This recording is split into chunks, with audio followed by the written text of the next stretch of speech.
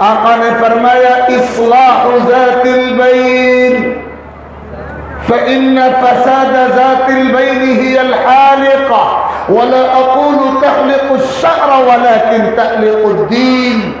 آپس کے تعلقات کو بنا کر رکھنا، اختلاف کو ختم کر کے اتحاد کا ماحول قائم کرنا، جھگڑنے والوں میں صلح کرا دینا، نفرتوں کو محبتوں سے تبدیل کر دینا، یہ ہے وہ اعلیٰ درجے کی نیکی جس کا مقام نمازوں روزوں صدقوں سے بڑھا ہوا ہے. اور پھر فرمایا آپس کے تعلقات کا بگاڑ دین کی بنیادوں کو ملیامیٹ کر دیا کرتا ہے. جیسے استورا بالوں کو موڑ دیتا ہے اور بالوں کا صفایا کر دیا کرتا ہے، آپس کے تعلقات کا بگاڑ دین کی بنیادوں کو موڑ دینے والا، دین کی بنیادوں کا صفایا کر دینے والا عمل ہے. اس لیے اپنی نگاہیں کھلی رکھیے. جو ماحول آپ کے سامنے ہے، میں اس اسپیشل ماحول کے تناظر میں بھی یہ بات کہہ رہا ہوں، اور جو جنرل پوزیشن امت کی ہے نارمل، اس صورتحال میں بھی یہ بات آپ سے کہہ رہا ہوں. اپنی آنکھیں کھلی رکھیے اور جہاں بھی آپ کو نظر آئے شوہر اور بیوی میں جھگڑا ہے، والدین و اولاد میں تنازعیں ہیں، بھائی اور بھائی میں دوری ہے، پڑوسی اور پڑوسی میں لڑائی ہے، پارٹنر اور پارٹنر میں دوری ہے، گاؤں میں، قصبے میں، علاقے میں، محلے میں، آپ کے پڑوس میں جھگڑے ہیں، مسلک کی بنیاد پر جھگڑے ہو، فکر کی بنیاد پر جھگڑے ہو، تنظیم کی بنیاد پر جھگڑے ہو، دولت کی بنیاد پر جھگڑے ہو، اقتدار کی بنیاد پر جھگڑے ہو، کسی بھی بنیاد پر جھگڑے ہو، آپ کا کام یہ ہے کہ آپ اپنا کردار صلح کا ادا کریے اور قرآن کے اس اصول کو، اس حکم کو، اس صراحت کو سامنے رکھیے. انما المؤمنون اخوہ فاصلحوا بین اخویکم واتقوا اللہ لعلکم ترحمون. تمام اہل ایمان بھائی بھائی ہیں، ایمانی رشتے نے ان کو باندھ رکھا ہے. اپنے جھگڑتے ہوئے بھائیوں میں صلح کرانا تمہاری ذمہ داری ہے. اللہ سے ڈرو اور یہ عمل کرو تاکہ تم پر رحمتوں کا نزول ہو. یہ پہلا کام ہے جو کرنا ہے. مسلم شریف کی ایک روایت میں حضور اکرم علیہ الصلوۃ والسلام نے میدان محشر کا ایک عجیب و غریب منظر کھینچا ہے. مسجد نبوی میں صحابہ کی مجلس لگی ہوئی تھی. حضور اکرم علیہ الصلوۃ والسلام تشریف فرما تھے. بیٹھے بیٹھے آپ کو نیند آ گئی اور آپ سونے لگے اور خراٹے کی آواز بھی آنے لگی.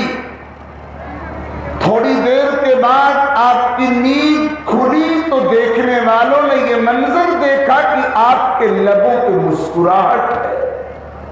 تو صحابہ نے بڑے ادب سے استفسار کیا کہ اے اللہ کے رسول، ابھی آپ سو کر اٹھے اور کوئی مسکرانے والا واقعہ بھی پیش نہیں آیا، تو آپ کے لبوں پہ مسکراہٹ کیوں ہے؟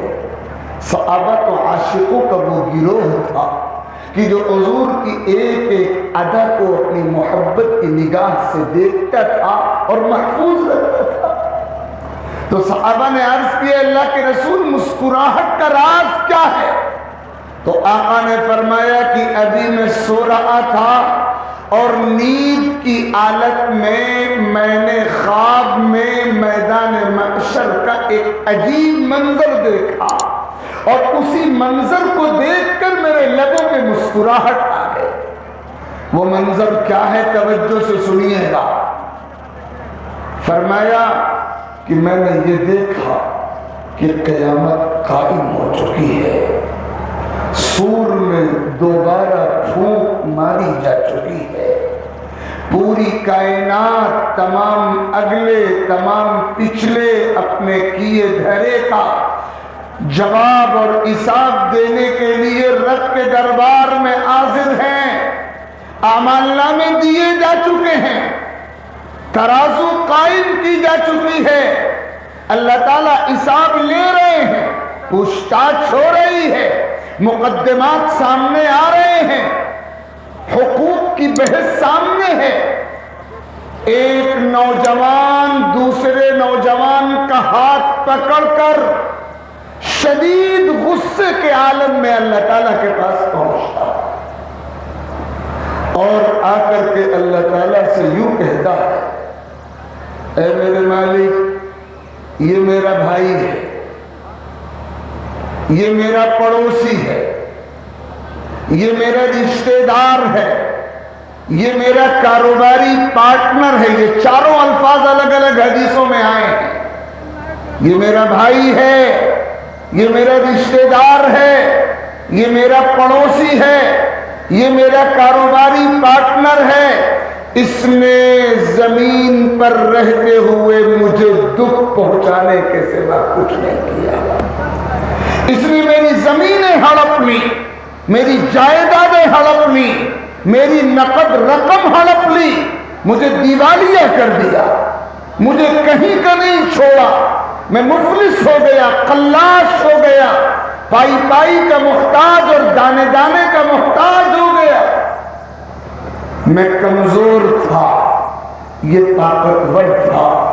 تیری زمین پر میری آنکھیں بار بار یہ منظر دیکھتی تھی کہ جو سچائی پر ہوتا تھا اسے ساتھی کم ملتے تھے، جو جتنا بڑا جھوٹا اور فراڈی ہوتا تھا اس کے ساتھ دینے والے اتنے ہی زیادہ ہوتے تھے۔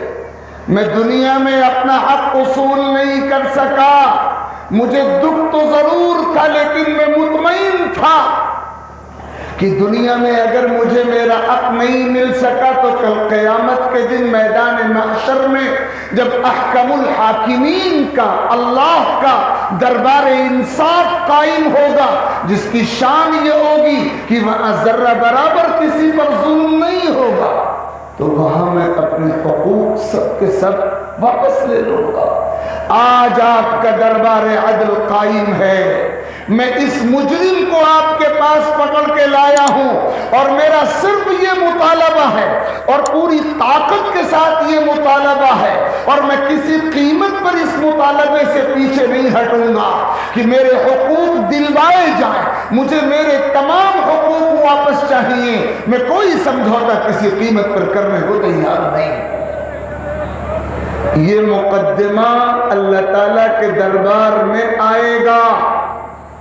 حضور فرماتے ہیں کہ اس نوجوان نے جب یہ مقدمہ پیش کیا تو اللہ تعالیٰ نے ارشاد فرمایا کہ اسے دیکھو، یہ تو بالکل خالی ہاتھ ہے۔ تم کہتے ہو اس نے تمہاری زمینیں ہڑپ کر لی، تمہاری جائیدادیں ہڑپ کر لی، تمہارا مکان ہڑپ کر لیا، تمہارے پیسے ہڑپ کر لیے، جو کچھ اس نے ہڑپ کیا تھا یہ دنیا میں چھوڑ آیا، اب یہ بالکل خالی ہاتھ ہے۔ ہمارے دربار میں یہ اس طرح آیا ہے کہ اس کے پاس کچھ نہیں ہے، تم ہی بتاؤ ہم تمہارے حقوق کیسے واپس دلوائیں؟ یہ تو خالی ہاتھ آیا ہے، ہم تمہارے حقوق کیسے واپس دلوائیں؟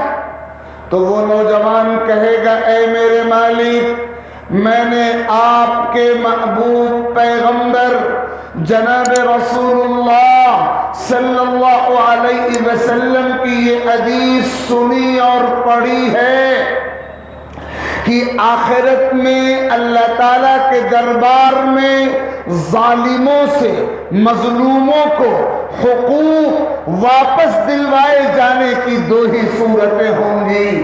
پہلی صورت یہ ہوگی کہ ظالموں کی نیکیاں مظلوموں کو دے دی جائیں گی، اور دوسری صورت یہ ہوگی کہ مظلوموں کے گناہ ظالموں کے کندھے پر لاد دیے جائیں گے۔ میں آپ کی خدمت میں یہ مطالبہ رکھتا ہوں کہ آپ اس کی نیکیاں میرے کھاتے میں پہنچائیے اور میرے گناہ اس کی گردن پہ لاد دیجیے۔ اس کی نیکیاں میرے سپرد کی جائیں اور میرے گناہ اس کے کھاتے میں ڈال دیے جائیں، یہ ہے میرا مطالبہ۔ بس یہ مطالبہ سن کر وہ ظالم، حقوق ہڑپ کرنے والا تھر تھر کانپ اٹھے گا، اسے اپنا انجام بہت تاریک نظر آ رہا ہوگا۔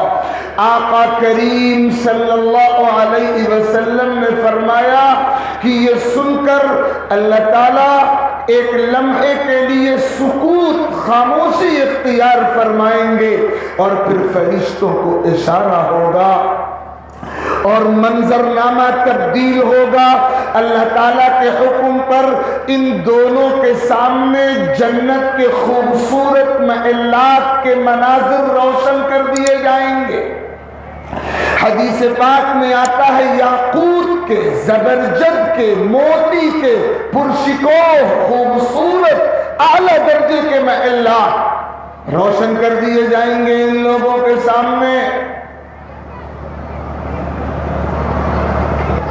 اور پھر یہ خوبصورت منظر دیکھ کر یہ نوجوان جو ابھی چند لمحے پہلے اپنے حقوق کی واپسی کا بہت طاقت کے ساتھ مطالبہ کر رہا تھا، اس حسین منظر میں کھو جائے گا اور اللہ تعالیٰ سے پوچھے گا اے میرے مالک یہ محلات کن کے ہیں، یہ محلات کن کو ملیں گے؟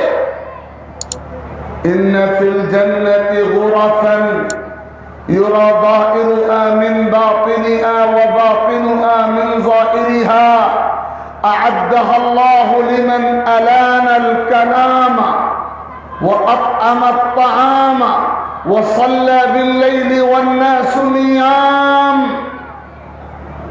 جنت میں ایسے بالا خانے اور محلات ہوں گے کہ ان کا اندر باہر سے اور باہر اندر سے نظر آئے گا، اور یہ محلات ان خوش نصیبوں کے لیے اسپیشل تیار کرائے جائیں گے جن کی زندگی ایسی گزری ہوگی کہ وہ نرم گفتگو کرتے رہے ہوں گے، سخت کلامی کا جواب بھی اپنی نرم گفتگو سے دیتے رہے ہوں گے، محتاجوں ضرورت مندوں کا خیال کرتے رہے ہوں گے، دوسروں کو کھانا کھلاتے رہے ہوں گے، اور تہجد کی نماز کی پابندی کرتے رہے ہوں گے۔